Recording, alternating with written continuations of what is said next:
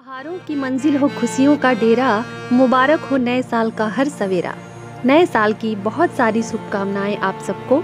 हिंदू धर्म से जुड़े पौराणिक इतिहास पर नजर डालें तो कई ऐसी कहानियां सुनने को मिल जाएंगी जिनसे अभी तक आम जन वाकिफ नहीं है।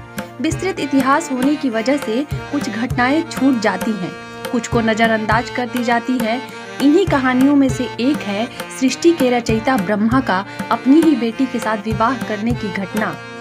यह बात तो हम सभी जानते हैं कि त्रिदेव के हाथों में ही इस सृष्टि की बागडोर समाहित है। ब्रह्मा के पास सृष्टि की रचना का दायित्व है तो विष्णु के पास संरक्षण है। वहीं देवों के देव महादेव कहे जाने वाले महादेव शिव को विनाश का जिम्मा सौंपा गया है। इसी विनाश के बाद फिर से होता है सृजन का चक्र। ब्रह्मा का अपनी ही बेटी के साथ विवाह करने की इस घटना का उल्लेख सरस्वती पुराण में वर्णित है। सरस्वती पुराण के अनुसार सृष्टि की रचना करते समय ब्रह्मा ने सीधे अपने वीर्य से सरस्वती को जन्म दिया था। इसलिए ऐसा कहा जाता है कि सरस्वती की कोई माँ नहीं बल्कि पिता ब्रह्मा थे।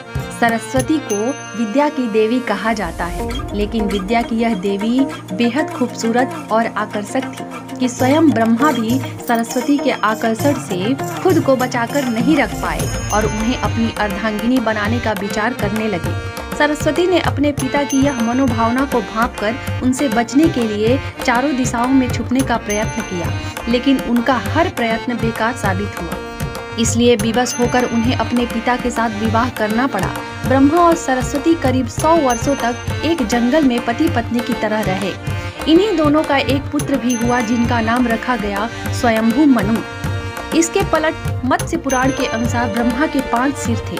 कहा जाता है कि जब ब्रह्मा ने सृष्टि की रचना की तो वह इस समस्त ब्रह्मांड में अकेले थे।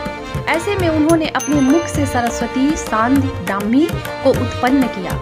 ब्रह्मा अपनी ही बनाई हुई रचना सरस्वती के प्रति आकर्षित होने लगे और लगातार उन पर अपनी दृष्टि डाले रखते थे। ब्रह्मा की दृष्टि से बचने के लिए सरस्वती चारों दिशाओं में छिपती रहीं, लेकिन वह उनसे बच नहीं पाईं। इसलिए सरस्वती आकाश में जाकर छिप गईं। लेकिन अपने 5वें सिर से ब्रह्मा ने उन्हें आकाश में भी खोज निकाला। उनसे सृष्टि की रचना की सहयोग करने का निवेदन किया। सरस्वती से विवाह करने के पश्चात सर्वप्रथम मनु का जन्म हुआ।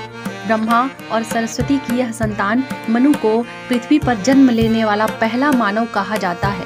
प्रजापति ब्रह्मा का अपनी ही पुत्री के प्रति आकर्षित होने पर उनके साथ संभोग करना अन्य सभी देवताओं की नजरों में अपराध था। सभी ने मिलकर पापों का सर्वनाश करने वाले शिव से आग्रह किया कि ब्रह्मा ने अपनी पुत्री के लिए यौनाकांक्षाएं रखी, जो कि एक बड़ा पाप है। ब्रह्मा को उनके किए का फल मिलना ही चाहिए। क्रोध में आकर शिव ने उनके 5वें सिर को उनके धड़ से अलग कर दिया था।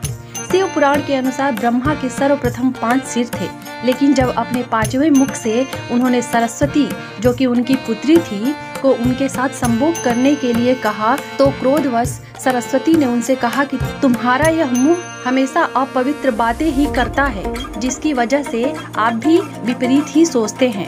इसी घटना के बाद एक बार भगवान शिव अपनी अर्धांगिनी पार्वती को ढूंढते हुए ब्रह्मा के पास पहुँचे तो 5वें सिर को छोड़कर उनके अन्य सभी मुखों ने उनका अभिवादन किया था, जबकि 5वें मुख ने अमंगल आवाजें निकालनी शुरू कर दी। इसी कारणवश क्रोध में आकर शिव ने ब्रह्मा के 5वें सिर को उनके धड़ से अलग कर दिया। वीडियो पसंद आई हो तो इसे लाइक कीजिए और चैनल को सब्सक्राइब कीजिए। Thank you. बाय।